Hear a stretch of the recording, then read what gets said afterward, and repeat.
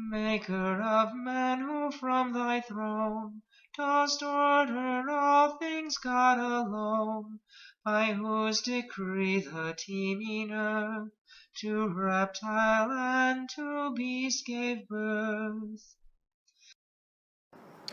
It's Father Vogel, and I've made it to the Black Hills. So here I am. I'm up on the hillside, away from where my cabin is for this evening, and I just finished one last chapter for today, and that would be chapter 5 of the Pope's Encyclical Laudato Si, and on the environment.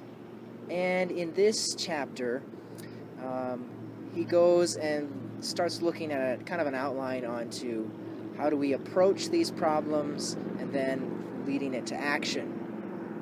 And there's a lot of focus in it on dialogue, but a lot of times the dialogue that we have today is just talking, and so often differing point of views, just talk past one another, and nothing ever really gets done because nobody is really paying attention to the other person. And so Pope Francis is really calling for a dialogue that actually leads to something. So he begins talking about dialogue on the international level. And as I go through these, I'm not going to go into all the details of the things that he says. He lists certain conferences or summits that happened and good things that they said, but maybe weren't always implemented, and the call then for them to be implemented.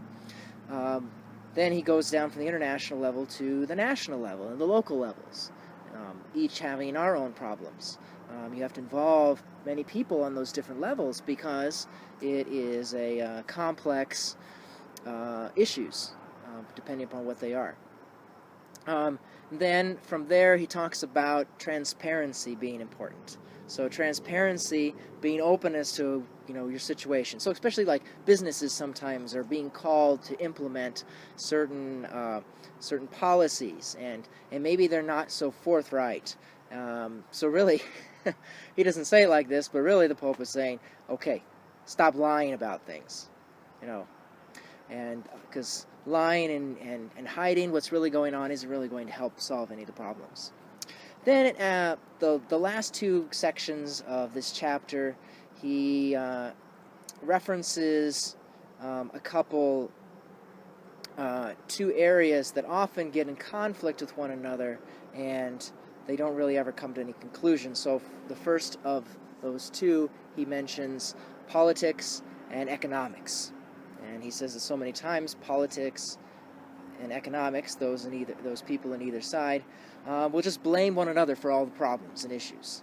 And so the Pope's calling for a renewed dialogue in which they actually work together. And then the final section is those of faith, those of some religion in the world, and their dialogue with those in the sciences.